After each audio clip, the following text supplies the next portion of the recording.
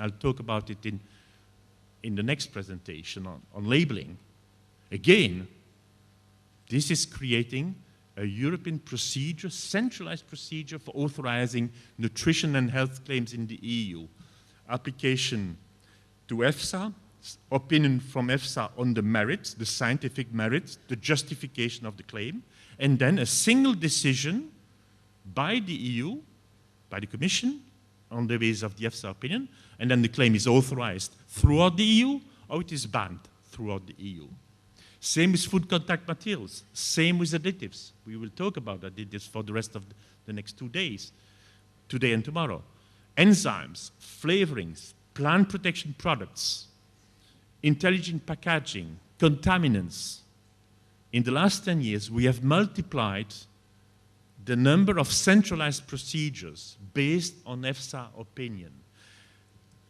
And the result of that is that today, opinions on these applications for central authorization throughout the EU now represents something like 60% of the output of EFSA.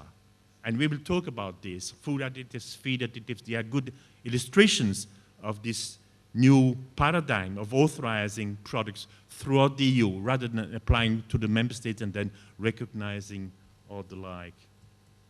In other terms, I suggest that EFSA has now become an internal market agency as much as a food safety agency.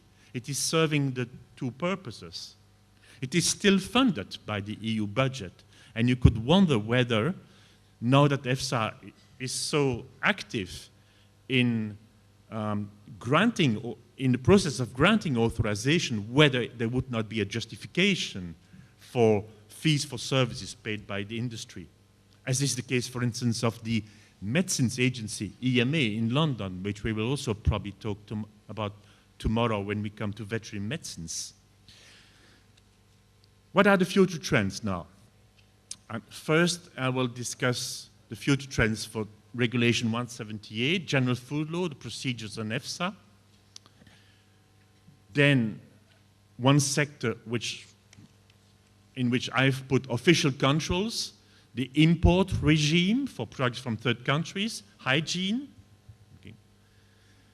The second sector is plant health, and animal welfare. Third one is food information, claims, labeling, nutrition labeling. And the fourth one is all these regulated products and processes that are the subject of this seminar. General food law. It appears that we don't need to change anything in the general food law. That is probably will be there for the next 30 years or so. We might introduce more detailed rules for traceability. This is my own personal view. The traceability concept is a very broad. It introduces the principle. There must be an ability to trace, and there's specific requirements that you have to be able to name your suppliers and your customers, but we could introduce more details. We don't need to change Regulation 178 because we have a delegation of competence. It is my own personal view that there would be a case for clarifying the traceability requirements in certain sectors, notably products of animal origin, for instance. Procedures probably don't have to be changed either, although we probably one day will merge the RAS, Traces, and Eurofit. There are some specialists in the room who know these three systems, IT system basically from the EU. Again, no need to change the regulation to do that. We can just do that by an administrative decision. As far as EFSA, there are views that we could introduce fee for services, that we could reform the management board, because as I said, when it was created, it was not an internal market agency. We didn't take competences away from the member states, but in the meantime, we have done with all these regulations, GMOs, claims, additives, and the like. So it is my own personal view that we should refer, and of my Director General. Actually, we just published an article about that this summer, that we should reform the management board. And you could think about changing the name of the agency. There is a general rule in the EU now that all these peripheral agencies should be called agency and not authority, notably when this is not affecting the corporate identity, which would be the case of EFSA, because if you replace authority by agency in the name, it's still EFSA, as we know and love it. But this would be the only purpose today to change Regulation 178. That would be a big task, and I don't think we will do it. So probably EFSA will remain as it is, with its current name, without fees, unfortunately, you may say, and with the current management board. On official controls, I didn't mean this poster to be there in the front of the text, but I'm not going to spend much time. We have just tabled in Council and Parliament a comprehensive package, several hundred pages of changes in legislation, notably about official controls. But the main purpose of changing the official controls is about the financing of the controls and the contribution by companies. So if you are an operator, if you are an exporter, you may worry about that. Then I would invite you to look at our website.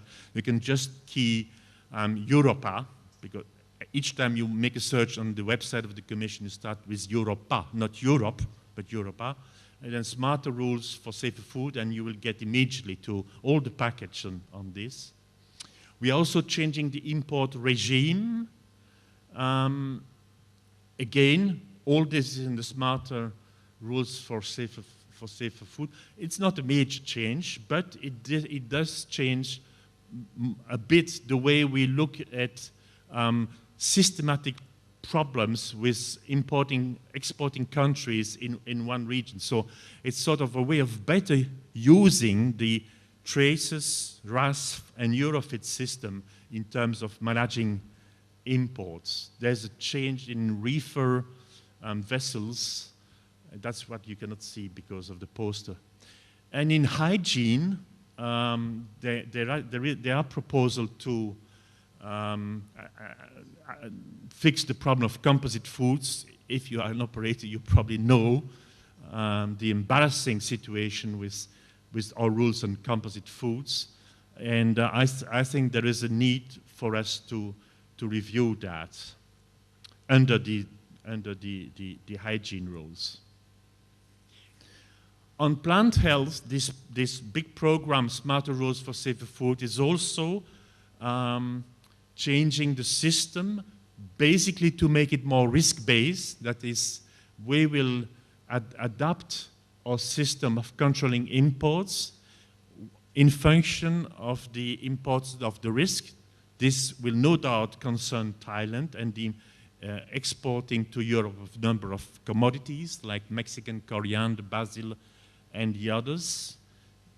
We will probably extend in legislation what we are currently already doing with controlling imports of plant products from Thailand. So we will generalize the system to make it in the legislation. On animal health, there is a huge part of the Smarter Rules for Safer Food which deal with animal health. And the same with animal welfare. We have a new animal welfare strategy, but I cannot possibly go into all the details. It is likely that in the future we will start looking at animal welfare of fish, for instance, which so far have not been concerned by animal welfare rules. As I said, we will have a workshop in Thailand, and we will be intensifying cooperation with DLD about developing animal welfare rules for a tropical country like Southeast Asia and Thailand in particular.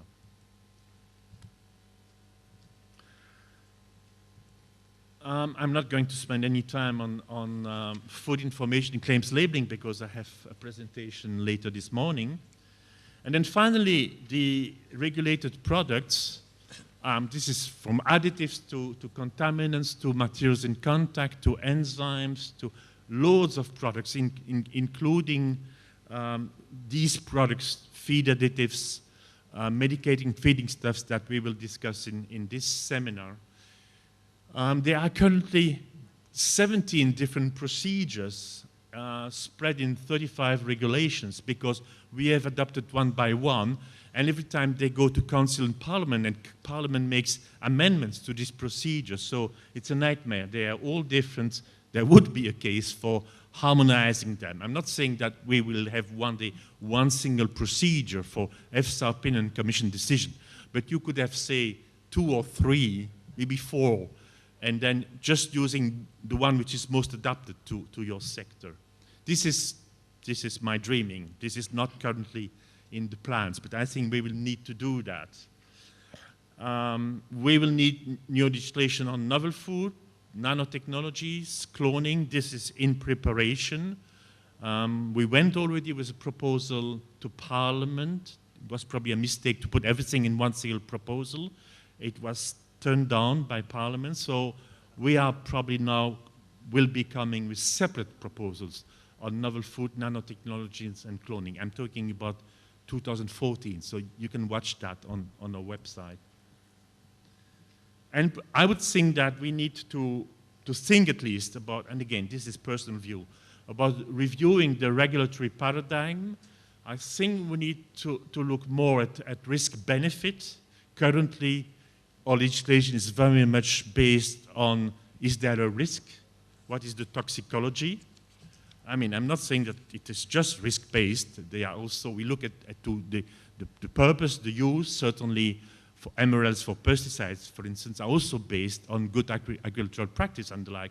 But I believe that we need to do better and also look at the need for the changes made in legislation. I'm thinking about GMOs in particular, and look at the needs and the benefits for consumers that they are in bringing these new products to the market. Novel food, for instance, currently is not based really on need and benefit for consumers. It is essentially based on risk for consumers.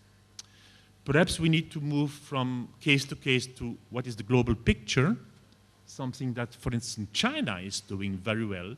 Not just look at, is this pesticide dangerous, what is the toxicology, but look at what are the pesticides we have. Don't we increase the exposure to this pesticide by banning taking back from the market so many of them? So this is what we do in medicines, in fact. Look at the merits of drugs, not just on their own, but looking at the total mix that we have. I'm dreaming here, but one day we will do that. We need to look again at GMOs, food irradiation. Food irradiation is a very safe technique. For instance, the problem that we have with imports from Thailand, the colleagues in the US don't have that because irradiation is widely used in the US, not in Europe because of consumer resistance.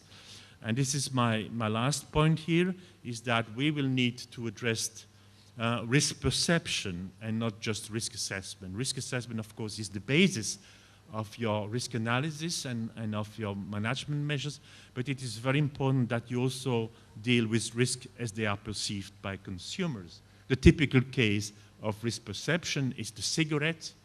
Everybody knows that cigarettes are dangerous, but 20% of the population still smoke, so they accept the risk. They know that the risk is huge, but they take the risk.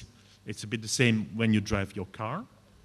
And then you have GMOs and irradiation. There's hardly any risk, but people don't want them. So this is risk perception or attitude, if you prefer them. We have been pretty bad, not just Commission, but society in Europe, in dealing with this issue of especially in the food sector, dealing with risk perception and risk assessment. And I believe that if we want to face the challenge of feeding the planet, which will one day also hit Europe and not just Africa or some poorer region, we will have to sort of accept that there may be some risks which are worth taking if we see that the benefits that there is. Consumers do not expect zero risk. Zero risk probably doesn't exist, not in this world and probably not in the next one either. Thank you very much.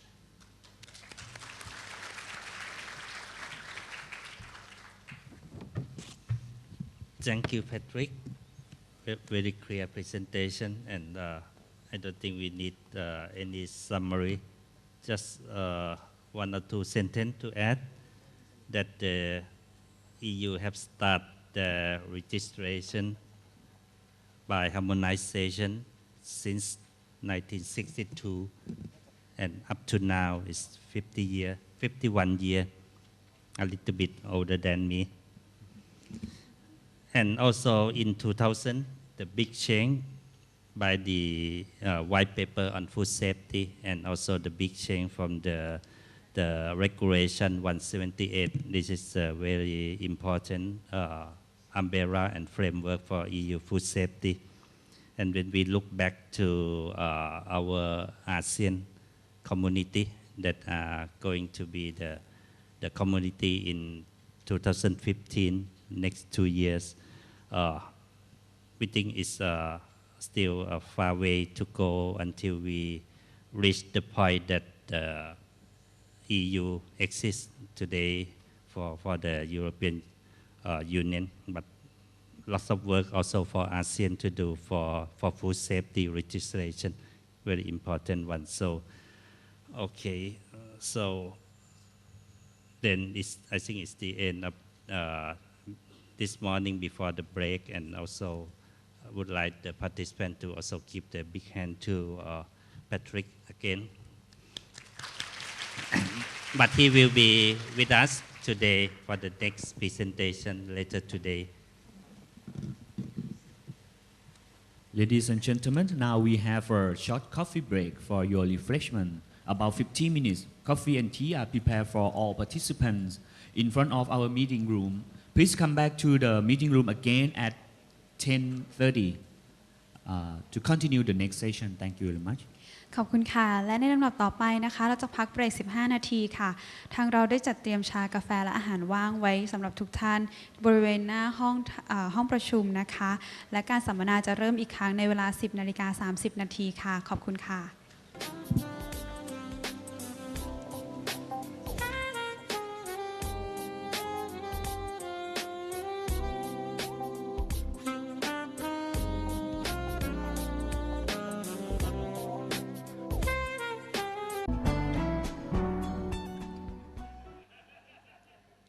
Welcome back to the second part of the morning session. We are going to have Dr. Claudia Loncancio Benia, Head of Feed Unit from Italy, to be our keynote speaker on the title of Role of EFSA in Risk Assessment and SPS Regulations. And also we still have Mr. Patrick Debosur to share with us on the EU regulations on food information to customers. May I now give the floor to Mr. Pisan to undertake the next session. Thank you. ค่ะสำหรับในช่วงที่ 2 ของเช้าวันนี้นะคะจะเป็นหัวข้อ Role of EFSA in Risk Assessment and SPS Regulations โดยวิทยากรคือ ดร. Claudia Loncancio Benia ผู้อำนวยการ Feed Unit ของ European Food Safety Authority ค่ะและหัวข้อ EU Regulations on Food Information to Customers ซึ่งบรรยายโดยคุณ Patrick de Bourset ค่ะในโอกาสนี้ดิฉันขออนุญาตมอบเวทีให้แก่ท่านผู้ดำเนินรายการค่ะขอเรียนเชิญค่ะขอบคุณครับ Thank you. So this session we will have new speaker, another one, the lady from EFSA, as I told you before. So according to the first presentation by Patrick that give the framework of the EU regulation, then we now the later session we will going to the detail of the either risk assessment or either the standard and regulation of each food safety, for example, additive and contaminants. So first I would like to introduce Dr. Claudia Loncancio Benia. May I just for short for easy for Thai participant that I call her Claudia. So Dr. Claudia is currently working at the European Food Safety Authority or EFSA as head of the feed unit that dealing with the risk assessment of additives and products or substance used in animal feed. Her task is to prepare and provide scientific support on the assessment of feed additives, and in particular in relation to the safety of animal and the safety of consumer on the assessment of the feed additives. And also her task is also in the assessment of feed additive produced by GM technique and also the evaluation of the GM feed. So Dr. Claudia has a scientific background on microbiology and had been working at the Directorate General on Environment at the European Commission for times. So ladies and gentlemen, please welcome Dr. Claudia.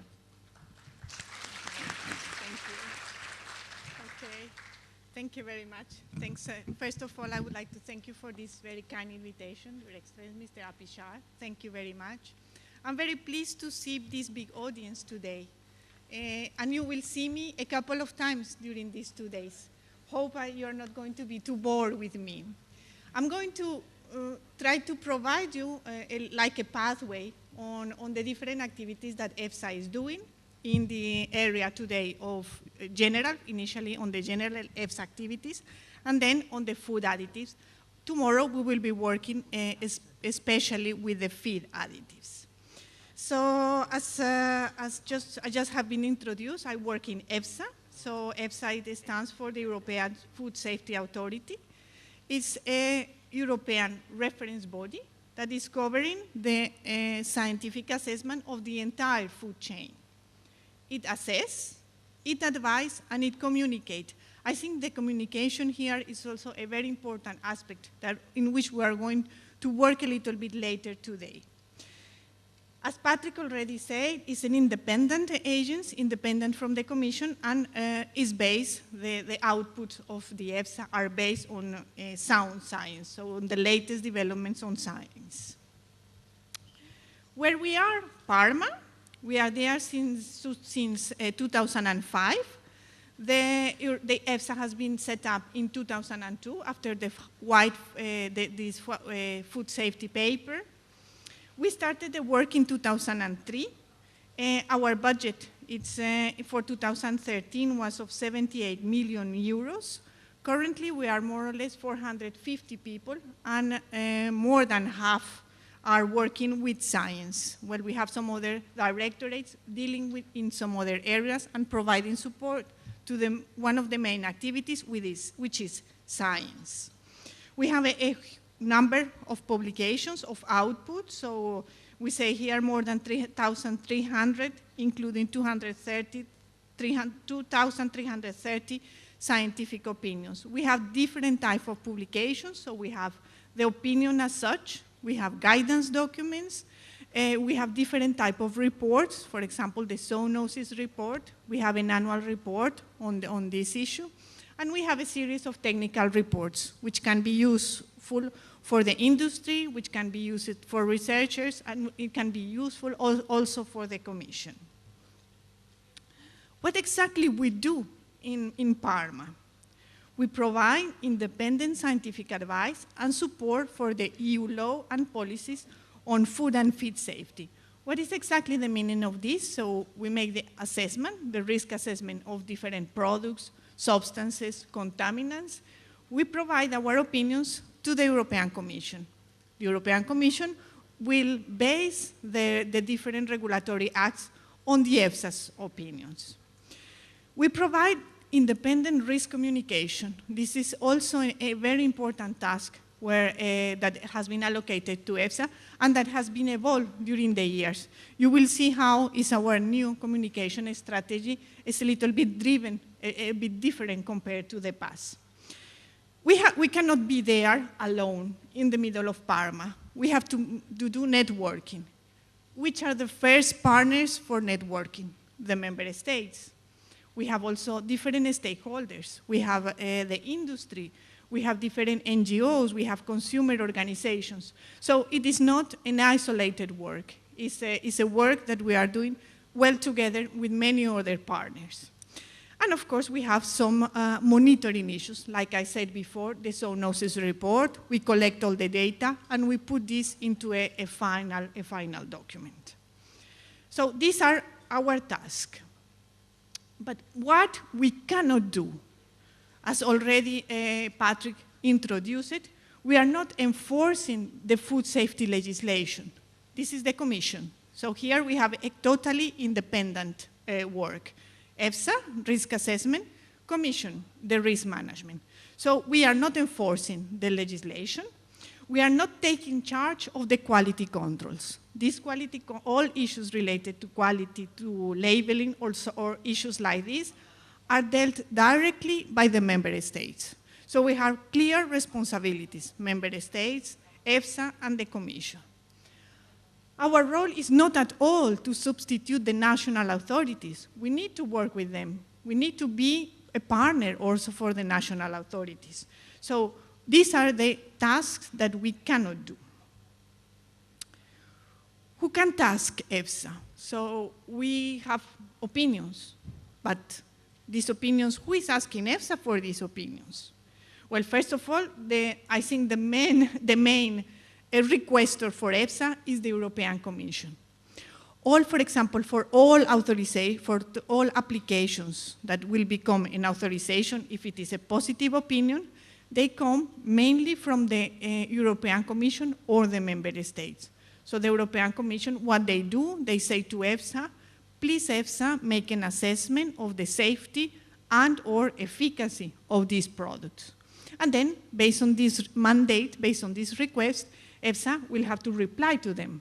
And we reply in a form of an opinion. The member states can also task EFSA. The Parliament will equally do it, or we can have some self-task. EFSA, at a certain moment, we can identify that there is an issue, there is a problem, there is a particular situation which we need to address. So how do we address this? We will address this through an opinion. The opinions, they are going all to be public. Public in our website. Maybe not the easiest one, but I will give you some links to specific parts in the website where you can find the things maybe in an easier way. We have a lot of opinions, and as you will see here in this chapter, EFSA started in 2002, so well, in 2003 we were really newborn. Little by little, our work started to increase. So you can see 2009, 2011, we have around 400 opinions per year. I think those peaks are related with the work, especially in the area of claims and in the area of feed additives. In the area of feed additives, we were working in 2011 in the reevaluation of all feed additives that were on the market. So I think these are the main peaks responsible of this work.